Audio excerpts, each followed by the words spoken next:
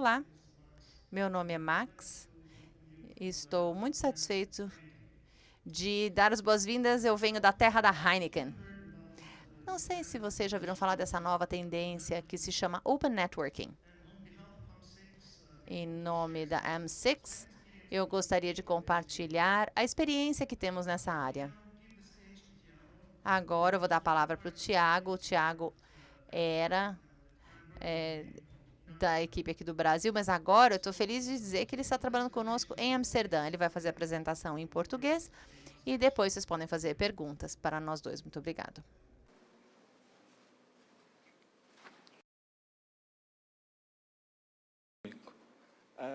A ideia da apresentação, a gente vai falar um pouco sobre a experiência que a gente teve na implementação de uma nova rede de gerência, compartilhando um pouco o que a gente teve de bom, de ruim. Essa ideia, eu vou fazer só um pequeno brief sobre o M6. Provavelmente todo mundo conhece, mas a M6 é uma empresa sem fins lucrativos, neutro, independente. Está fazendo 25 anos esse ano, fez, na verdade. A gente está presente em 14 data centers em Amsterdã, cerca de 850 ASNs conectados, e a gente tem um pico em Amsterdã de 6,3 terabits. A equipe lá, a gente tem cerca de 50, 60 pessoas, mais ou menos, trabalhando para a prosperidade do Ajax. A plataforma no M6, na parte de cima, se você olhar, nós temos um Spine Leaf, mas a parte de cima a gente tem os clientes legados, que vão desde 10 megabits até 1 giga. E na parte de baixo, a gente tem os clientes acima de 10 gigabits. A gente usa, em cada site a gente tem 2 PEs espelhados, e a gente usa a Fator Cross Connect, Glimmer Glass.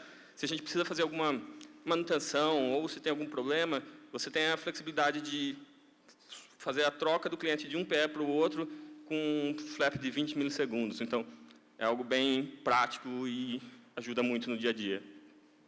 E o downtime, quase zero. A ideia, nós não estamos apenas presentes em Amsterdã, estamos presentes nos Estados Unidos, Mumbai, Hong Kong, Curaçao. E a gente tem também algo que é chamado AX as a Service.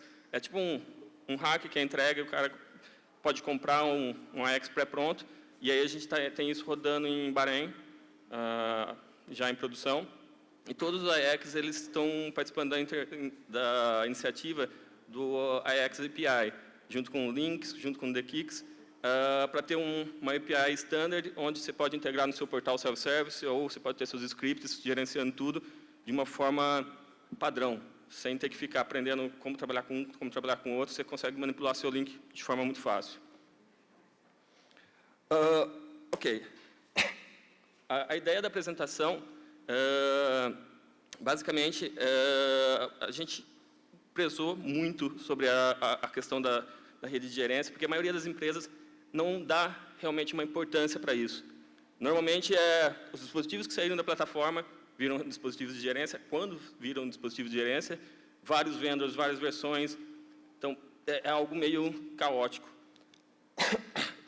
Normalmente, só se dá valor quando você tem uma crise. Isso é clássico. Vamos dizer, a gente, desde o começo, a gente optou por ter uma rede out of band, totalmente separada os dados de gerência da plataforma. A plataforma é só dados do cliente, e a gente coloca isso como algo crítico, porque a gerência desses equipamentos, basicamente, gerencia o nosso ganha-pão. Então, é algo que realmente é importante. E todo o nosso tráfego de gerência interno passa por essa rede. Coleta de SNP, CFM-OM, NIDs, toda a gerência de equipamentos, todo o tráfego de serviços passa por isso. Aqui a gente tem alguns dados sobre a nossa antiga rede, a nossa rede legada, mas o mais importante, a gente tinha diversos vendors, diversas versões, dispositivos indo para end of life, e a gente tinha 3 anéis MRP, que é tipo um anel de protocolo de anel, proteção de anel, ela é igual o RAP da Cisco, mas nem sempre funcionava conforme esperado. Algumas vezes você tinha risco de loop ou split brain na sua rede. Fora isso, a gente tinha uso ineficiente de links, e antes de ter os DCIs implementados, a gente tinha na nossa plataforma cerca de 277 fibras para a plataforma e mais 17 fibras para a rede de gerência. Depois de um tempo, a gente optou para o uso de DCIs e a gente passou para 30 fibras na rede de produção e mais 17 fibras para a rede de gerência. Mas qual que era a ideia? Era deixar algo mais standard, mais homogêneo. A gente estava procurando algo que fosse mais atual pelas tecnologias que a gente tem hoje. E o principal, a gente estava procurando melhores noites de sono. Essa, eu acho que é o foco de todo mundo.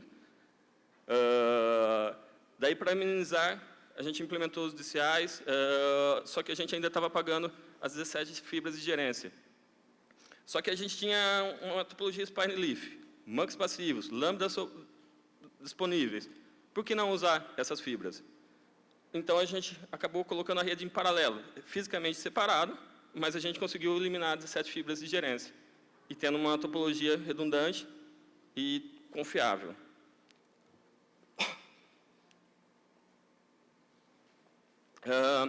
Ok, para onde ir? A gente tem, 10 anos atrás, a gente não tinha muita opção para escolher. Mas, hoje em dia, você tem um monte de tecnologia, vendor, arquitetura.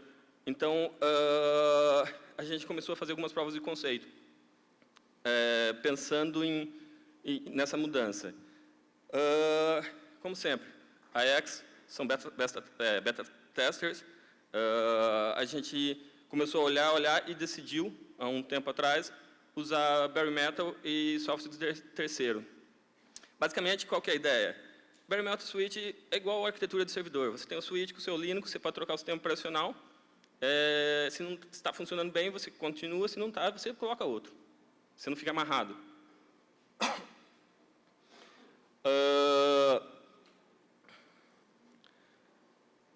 Outras considerações que tivemos, a gente começou a procurar. Ok, a ideia é boa, é algo que nos agrada, mas a gente precisa de algo que seja confiável, standard, mantido, e a gente começou a pesquisar no mercado. E para software a gente queria algo flexível, funcional, simples. Daí, com isso, a gente acabou decidindo usar o hardware da Dell, que é uma empresa forte no mercado, confiável, e software a gente acabou decidindo utilizar Pluribus, que por eles terem a fábrica unificada. Não que Cumulus, IP Fusion são excelentes, mas a gente estava olhando para nossa necessidade no momento. Aqui é só para exemplificar como a arquitetura clássica de switch funciona. Você tem o seu operador, o cara Beavis ali precisa ficar pulando de um switch para o outro, e, não é uma vida fácil. Ou você scripta isso, ou você vai sofrer muito. No conceito da Pluribus, Data Plane e Control Plane continuam separados, mas o Management Plane você tem uma fábrica unificada, que basicamente você pode conectar nessa CLI, você vai ter a visão de todos os seus switches, de toda a fábrica, e é algo muito simples. Deixa eu colocar isso aqui. Qual que é a ideia da fábrica da Pluribus? Eles têm conexões peer-to-peer entre os switches e eles têm como se fosse uma implementação de SDN distribuída. Praticamente, todo switch é independente um do outro, funciona muito bem distribuído geograficamente, porque você não tem uma controladora SDN centralizada, então não tem essa de um cara importante morreu, parou tudo. Então, era o que a gente esperava. Aqui é um pouco redundante, mas a ideia é que cada peer fecha uma sessão TCP para gerência e eles têm um microcontrolador SDN nos switches e um banco de dados distribuído de estados para cada switch saber o que está acontecendo com cada switch. Mas a visão que a gente tem é como se fosse uma entidade única, lógica, programável, como se fosse um equipamento totalmente distribuído. E aí a gente acabou, quando você fecha as sessões e tal, você acaba criando um overlay VXLAN, um full mesh para a utilização que a gente tinha. O sistema operacional basicamente roda protocolo padrão no underlay. A gente foi do SPF, porque a maioria dos engenheiros tinha conhecimento com o SPF. E a gente estabelecia um overlay VXLAN, terminando os VTEPs em cada leaf. Aí os túneis são automaticamente criados, estabelecendo um full mesh. Com isso, a gente acabou tendo um melhor uso dos links, com certeza, uma melhor tentativa para evitar loop, e uma das coisas mais legais é a possibilidade de criar clusters para o uso de MCLAG internamente. Eu vou falar um pouquinho mais sobre o MCLAG mais para frente, mas essa é a visão interna, basicamente, switch simplificada. No começo da implementação dos bare metals, basicamente o switch tem duas placas internas, uma contendo o ASIC, uma outra placa Intel, Atom ou ARM, tem variantes. Alguns têm até VGA para você gerenciar, mas e nessa solução da Pluribus, você tem um Ubuntu rodando embaixo e a caixa tem o ASIC da caixa fala com o chipset Broadcom via uma API interna. Então, e daí depois disso, você acaba tendo um container LXC rodando Quagga, daí você pode habilitar o que você precisa utilizar, mas basicamente é um Quagga, e as linhas são exemplificando o fluxo do Layer 2 e o fluxo do Layer 3. A questão do MCLAG, que é muito interessante para a gente, eu acho que assim, é uma das funções mais que nos agradava, fora a fábrica unificada. Você tem, por exemplo, um cluster nos spines, e você tem um switch que não é pluribus, não entende MCLAG e totalmente redundante. Se um falhar, por causa que vai estar tendo um upgrade ou uma falha física mesmo, você está seguro. Embaixo é a mesma exemplificação, mas apenas para serviço, um cluster nos leafs, e a gente tem os serviços críticos nossos rodando. A gente faz upgrade durante o dia, sem preocupação, não tem que ficar tendo um desespero por isso, e é algo que nos agrada muito. Essas basicamente são alguns dados sobre a nova rede de gerência, a topologia final. Atualmente, mais de 1000 portas rodando nessa rede. A gente tem um spine leaf igual à plataforma nossa, porém, são independentes, fisicamente falando. E até o momento, acho que a melhor coisa é a questão da fábrica unificada, que torna seu dia a dia muito fácil. Fora isso, a fábrica unificada também te fornece uma API RESTful, que você pode ter a visibilidade do todo, muito eficiente. E, sei lá, na fábrica você vai lá, me mostra todas as portas, pipe, grep, não sei, MAC, IP. Você achar um dispositivo na sua rede é coisa de segundos. Então, tudo bem, você tem um inventório, mas na prática, no dia a dia, você não precisa nem abrir outro sistema, que é muito simples. Dá para ver. São exemplos, listando todas as portas e selecionando por hostname. A segunda imagem, o Linux rodando embaixo da caixa. Você tem acesso à root da caixa. Então, assim, é muito customizável. Você pode fazer o que você quiser, basicamente. Só ser criativo e gastar um pouquinho de tempo. E aí embaixo eu estou mostrando só uma pequena parte dos nós que estão inclusos na fábrica, mas não coloquei, porque senão a imagem ia ser muito grande. Ok, muito lindo, muito funcional, mas virou uma rede crítica para a gente. Muito crítica, porque toda a nossa visão depende disso. E aí, tudo bem. E se simplesmente morreu sua rede de gerência? Está unreachable, você não consegue conectar e ver nada. Sua plataforma pode estar funcionando ou pode não estar. Em tese, você não tem impacto na plataforma, mas você não está vendo. E aí? A gente tem sempre um plano de backup. Então, basicamente, a gente tem uma rede de gerência para uma rede de gerência. Eu vou colocar mais detalhes aqui, mas a questão é o quê? Em operação normal, você tem uma exemplificação simples dos dispositivos. Você tem aqui na linha verde, basicamente, uma segunda interface do Terminal Service é conectada a um canal passivo do MUX e são conectados todas as unidades.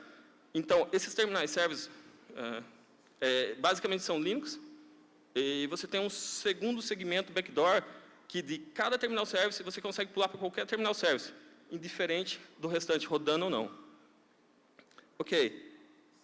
Tudo isso, vai falar assim, putz, é demais. Não é. É algo... Sem isso, a gente não sabe o que está acontecendo. É crítico. A gente tem, sei lá, 50 PS rodando. E aí, a hora que acontece um evento, é aí que o pessoal acaba procurando por isso. Aqui é uma exemplificação de um leaf morrendo. Basicamente, você perdeu acesso e visibilidade desse site. Você não sabe se a plataforma está funcionando, não está funcionando, mas via esse canal passivo, você consegue pular no Terminal Service desse site e você consegue conectar nos outros dispositivos via console. Fazer um troubleshoot inicial ou até mesmo recuperar. Você não precisa sair correndo para o data center num domingo, 2 da manhã, que é ótimo isso. Aqui é um caso muito pouco provável, 2 spines morrendo ao mesmo tempo, você perdeu a fábrica inteira. É a mesma situação. Você consegue pular pelos terminal service dos spines e consegue fazer um troubleshoot inicial. Ok. Provavelmente, você consegue resolver num caso desse. Mas toda a ideia é ter um segundo acesso para essa rede. Tudo bem. E a fábrica unificada, legal pra caramba. Você tem acesso a todo dispositivo, um comando, você configura, sei lá, você criou uma CL, você pode mudar de contexto global e contexto local do switch. Você criou uma CL, vai lá, distribui para todos os switches. Muito prático. Beleza. E se o cara for lá, Fat Finger, sei lá, configurou errado, derrubou a fábrica inteira. E aí? Num caso desse, mesma situação. Você consegue pular, porque a gente tem um backdoor via internet que você consegue cair no terminal service e você consegue conectar a todos os dispositivos. Imagina uma situação dessa que você derrubou a fábrica inteira. 14 data centers, 2 spines, e você não faz, vamos dizer assim, você não tem certeza aonde está o problema. Pode ser que você arrume no primeiro data center. E se não for? Se você tiver que correr, sei lá, 10 data centers uma noite? Não é algo viável. Basicamente, é isso. É só compartilhando a nossa experiência de uso dessa questão. Todo mundo fala de OpenSwitch, mas a gente não vê muita implementação. A gente tem isso rodando há mais de ano e funciona muito bem. Se tiverem perguntas, estamos à disposição. Se quiserem falar mais sobre a M6 ou se tiver mais questões sobre os outros projetos, a gente vai estar no Peering Coordinate Forum para tomar uma cerveja lá com a gente.